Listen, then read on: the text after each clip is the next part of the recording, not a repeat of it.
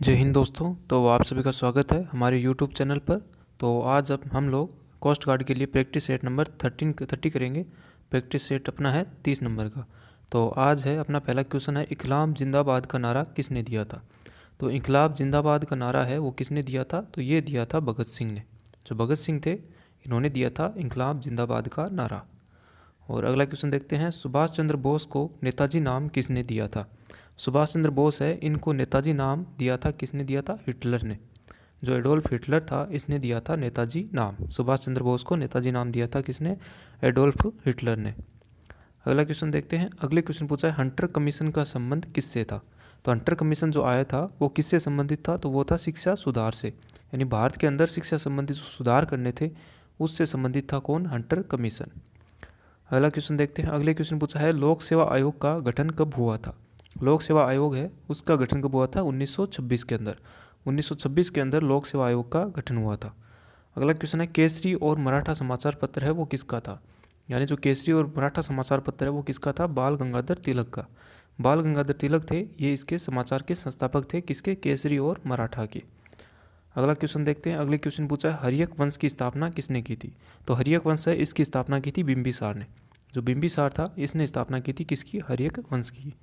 अगला क्वेश्चन है 1857 की क्रांति के समय भारत का गवर्नर जनरल कौन था। यानी 1857 की क्रांति हुई थी उसका गवर्नर जनरल कौन था, तो उस समय था लॉर्ड कैनिंग।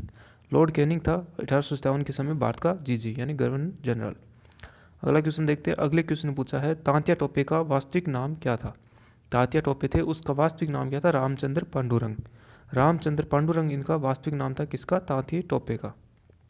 अगला क्वेश्चन है कांग्रेस का विभाजन कब हुआ था। तो कांग्रेस का विभाजन हुआ था 1907 के अंदर गर्म दल और नरम दल के बीच। 1907 में इसका क्या हुआ था, विभाजन हुआ था। और अगला क्वेश्चन देखते हैं, अगले क्वेश्चन पूछा अमार सोनार बंगला कहाँ का राष्ट्रगीत है। तो अमार सोनार बंगला है बांग्लादेश का और इसको लिखा था रविंद्रनाथ टैगोर ने। तो इसका किसका है, बांग्लादेश का राष्ट्रगीत है। और अगला क्वेश्चन है पक्षियों का स्वर्ग किसे कहा जाता है। तो पक्षियों का स्वर्ग है ये कहा जाता है किसको, ये कहा जाता है केवलादेव राष्ट्रीय उद्यान जो कि है राजस्थान के अंदर। और इसको कहा जाता है कि क्या, पक्षियों का स्वर्ग कहा जाता है केवलादेव नेशनल पार्क को। और अगला क्वेश्चन है पेरियार राष्ट्रीय उद्यान कहाँ पर स्थित है। तो पेरियार राष्ट्रीय उद्यान है यह है केरल के अंदर। केरल के अंदर स्थित है पेरियार राष्ट्रीय उद्यान। और अगला क्वेश्चन है बंगाल के भक्ति आंदोलन के प्रवर्तक कौन थे। बंगाल के अंदर जो भक्ति आंदोलन हुआ था इसके प्रवर्तक कौन थे, तो इसके प्रवर्तक थे चैतन्य महाप्रभु। तो जो चैतन्य महाप्रभु थे ये थे बंगाल के भक्ति आंदोलन के प्रवर्तक।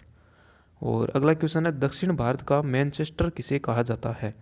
तो दक्षिण भारत है इसका मैनचेस्टर कहा जाता है कोयम्बटूर को। कोयम्बटूर को कहा जाता है दक्षिण भारत का मैनचेस्टर। और उत्तर भारत का मैनचेस्टर किसे कहते हैं, उत्तर भारत का, तो ये कहते हैं कानपुर को।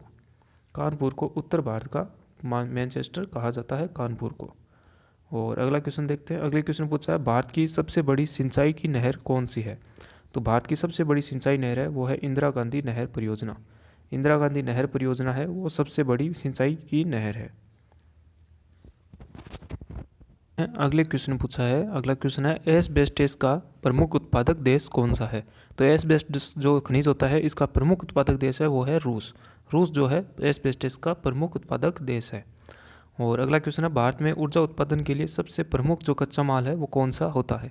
तो भारत में ऊर्जा उत्पादन के लिए सबसे जो प्रमुख कच्चा उत्पादन, जो ऊर्जा उत्पादन करने के लिए कच्चा माल है वो होता है कोयला। कोयला सबसे जो प्रमुख कच्चा माल है वो होता है कोयला ऊर्जा उत्पादन के लिए। अगला क्वेश्चन है खरीफ की फसल की कटाई किस माह में की जाती है। तो खरीफ की फसल की जो कटाई है वो की जाती है सितंबर और अक्टूबर माह के अंदर। सितंबर से अक्टूबर के बीच में की जाती है खरीफ की फसल की कटाई। अगला क्वेश्चन है फसलों पर डीटीटी के छिड़काव के कारण किस प्रकार का प्रदूषण होता है। तो फसलों के ऊपर डीटीटी के जो छिड़काव करने से जो प्रदूषण होता है वो होता है मृदा और जल दोनों प्रकार का। यानी मृदा में भी प्रदूषण होगा और जल प्रदूषण भी होता है। अगला क्वेश्चन है इकोलॉजिकल हॉट स्पॉट इनमें से कौन सा है। तो इनमें से जो इकोलॉजिकल हॉट स्पॉट है वो है पश्चिमी घाट। जो पश्चिमी घाट है वो सबसे बड़ा इकोलॉजिकल हॉट स्पॉट भारत के अंदर स्थित है। अगला क्वेश्चन है नक्शे का अध्ययन क्या कहलाता है।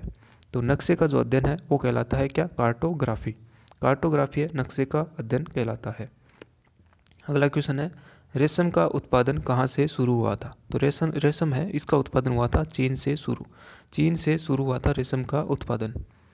अगला क्वेश्चन है संपत्ति के अधिकार को मौलिक अधिकारों की सूची में किनके समय जोड़ा गया था। तो जो संपत्ति के अधिकार थे इनको मौलिक अधिकारों की सूची में जोड़ा गया था मोरारजी देसाई के समय। मोरारजी देसाई के समय संपत्ति के अधिकारों को किसमें, मौलिक अधिकारों की सूची में जोड़ा गया था। अगला क्वेश्चन है, मूल अधिकार भारतीय संविधान के किस अनुच्छेद के अंदर स्थित है। तो जो मूल अधिकार है ये भारतीय संविधान के किस भाग में है, तो यह है भाग 3 के अंदर। भाग 3 के अंदर है मूल अधिकार भारतीय संविधान के किस भाग अनुच्छेद में है, तो भाग 3 में है। भाग 3 में है, यहाँ पर भाग 3 में स्थित है मूल अधिकार। ठीक है, अगला क्वेश्चन देखते हैं। अगले क्वेश्चन पूछा है, प्रेस की स्वतंत्रता किस अधिकार में स्थित है। तो जो प्रेस है इसकी स्वतंत्रता है भाषण की स्वतंत्रता। तो इस किस प्रकार की स्वतंत्रता होती है प्रेस की, तो भाषण की स्वतंत्रता के अधिकार के अंदर आती है प्रेस की स्वतंत्रता। अगला क्वेश्चन है, संविधान में कितने मौलिक कर्तव्य हैं। तो संविधान जो वर्तमान है इसके अंदर है 11 मौलिक कर्तव्य है संविधान के अंदर, और जो पुराना जो संविधान था जो कि उस समय बना था उसमें 0 जो मौलिक कर्तव्य वो थे। अगला क्वेश्चन है, मौलिक कर्तव्य किस अनुच्छेद के अंदर आते हैं। तो मौलिक कर्तव्य आते हैं 51A के अंदर आते हैं मौलिक कर्तव्य। अगला क्वेश्चन है, मौलिक अधिकार किसके द्वारा निलंबित किए जा सकते हैं। तो जो मौलिक अधिकार होते हैं वो सिर्फ राष्ट्रपति के द्वारा ही निलंबित किए जा सकते हैं, और किस समय, आपातकाल के समय किए जा सकते हैं मौलिक अधिकार निलंबित किसके द्वारा, राष्ट्रपति के द्वारा। अगला क्वेश्चन है, प्रेस की स्वतंत्रता है वो किस अनुच्छेद में स्थित है। प्रेस की स्वतंत्रता है वो है अनुच्छेद 19 के अंदर। अनुच्छेद 19 के अंदर है प्रेस की स्वतंत्रता। अगला क्वेश्चन है, उपराष्ट्रपति अपना त्याग पत्र किसको देता है। तो उपराष्ट्रपति है वो देता है राष्ट्रपति को, और राष्ट्रपति देता है किसको, उपराष्ट्रपति को। तो इसका सही आंसर जो होगा वो हो जाएगा राष्ट्रपति। उपराष्ट्रपति किसको देता है, उपराष्ट्रपति देता है राष्ट्रपति को, और उपराष्ट्रपति देता है राष्ट्रपति को। तो इसका सही आंसर होगा उपराष्ट्रपति। अगला क्वेश्चन है, अनुच्छेद 40 का संबंध किससे है। तो अनुच्छेद जो 40 है इसका संबंध था ग्राम पंचायतों के गठन से। ग्राम पंचायतों का गठन हुआ था कहाँ से, राजस्थान के नागौर से। और अगला क्वेश्चन है, त्रिस्तरीय पंचायत समिति का गठन किसके द्वारा किया गया था। तो त्रिस्तरीय जो पंचायत समिति है इसका गठन किया गया था बलवंत राय मेहता समिति के द्वारा। बलवंत राय मेहता समिति थी, इसके द्वारा त्रिस्तरीय पंचायत समिति का जो गठन है वो किया गया था। अगला क्वेश्चन है, मनरेगा कार्यक्रम किस अनुच्छेद में स्थित है। तो जो मनरेगा का जो कार्यक्रम है वो है अनुच्छेद 43 के अंदर। अनुच्छेद 43 के अंदर है क्या, मनरेगा। मनरेगा। और अगला क्वेश्चन देखते हैं। अगले क्वेश्चन पूछा है, भारत में सर्वप्रथम पंचायती राज व्यवस्था कहाँ से शुरू हुई थी। तो सर्वप्रथम जो पंचायती राज व्यवस्था है वो हुई थी कहाँ से, राजस्थान से। राजस्थान से प्रथम जो पंचायती राज व्यवस्था है सबसे पहले कहाँ से हुई थी, राजस्थान से शुरू हुई थी। अगला क्वेश्चन है, औद्योगिक बहिस्त्राव में जल प्रदूषण के रोकने के लिए कौन सी खरपतवार काम में ली जाती है। तो औद्योगिक जो बहिस्त्राव होता है इसके अंदर हाथी घास और जलकुंभी को प्रयोग में लिया जाता है। तो इसका जो सही आंसर होगा ये हो जाएगा हाथी घास। हाथी घास इसका सही आंसर होगा। बहिस्त्राव को रोकने के लिए, जल प्रदूषण को रोकने के लिए जो हाथी घास है इसका प्रयोग किया जाता है जल प्रदूषण को रोकने के लिए। अगला क्वेश्चन है, ताप द्वारा सबसे तेजी से नष्ट होने वाला विटामिन कौन सा है। तो सबसे ज़्यादा जो जल्दी जो ताप द्वारा सबसे आसानी से नष्ट हो जाता है वो होता है विटामिन सी। विटामिन सी है वो ताप द्वारा सबसे तेज़ी से नष्ट होता है। और अगला क्वेश्चन है, मिनी माता रोग किस धातु के कारण होता है। तो जो मिनी माता रोग होता है वो होता है पारा के कारण, पारा धातु के कारण होता है मिनी माता रोग। अगला क्वेश्चन है, थाइमस ग्रंथि कहाँ पर स्थित होती है। तो थाइमस ग्रंथि है ये होती है छाती गुहा के अंदर। छाती गुहा के अंदर स्थित होती है थाइमस ग्रंथि। अगला क्वेश्चन देखते हैं, हाइपरग्लाइसीमिया क्या होता है। तो जो हाइपरग्लाइसीमिया है वो है ग्लूकोज की मात्रा का अधिक हो जाना। ग्लूकोज की अधिक मात्रा शरीर के अंदर हो जाना क्या कहलाता है, हाइपरग्लाइसीमिया। अगला क्वेश्चन है, अगले क्वेश्चन में पूछा है, कैरोटीन वर्णक किस में पाया जाता है।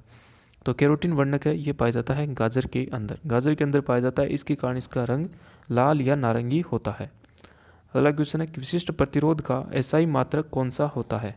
तो विशिष्ट प्रतिरोध है इसका एसआई मात्रक होता है ओम गुणा मीटर। ओम गुणा मीटर होता है किसका, विशिष्ट प्रतिरोध का एसआई मात्रक। अगला क्वेश्चन देखते हैं। अगले क्वेश्चन पूछा है, मनुष्य में कितनी आरबीसी होती है। तो मनुष्य में जो आरबीसी होती है वो होती है 4.5 मिलियन, यानी 4.5 मिलियन जो आरबीसी है वो होती है मनुष्य के अंदर, यानी 45 लाख। 45 लाख जो आरबीसी है मनुष्य के अंदर, शरीर के अंदर स्थित होती है। और अगला क्वेश्चन है, सामान्य सेल का विद्युत अपघट्य कौन सा होता है। तो सामान्य जो सेल होता है इसका विद्युत अपघट्य होता है अमोनियम क्लोराइड। अमोनियम क्लोराइड सामान्य सेल का विद्युत अपघट्य होता है। अगला क्वेश्चन देखते हैं। अगले क्वेश्चन पूछा है, शुष्क सेल है वो क्या होता है। तो शुष्क सेल होता है प्राथमिक सेल। जो प्राथमिक सेल है ये इसका सही आंसर होगा। शुष्क सेल होता है, क्या होता है, एक प्राथमिक सेल होता है। अगला क्वेश्चन है फ्यूज तार किसकी बनी होती है। जो फ्यूज की जो तार होती है वो किसकी बनी होती है, टिन और शीशे की। टिन और शीशे के द्वारा बनाया जाता है फ्यूज तार को। अगला क्वेश्चन है बिजली के बल्ब का फिलामेंट किसका बना होता है। तो जो बिजली का बल्ब का फिलामेंट होता है वो किसका होता है, टंगस्टन का। टंगस्टन का बना होता है बिजली के बल्ब का फिलामेंट।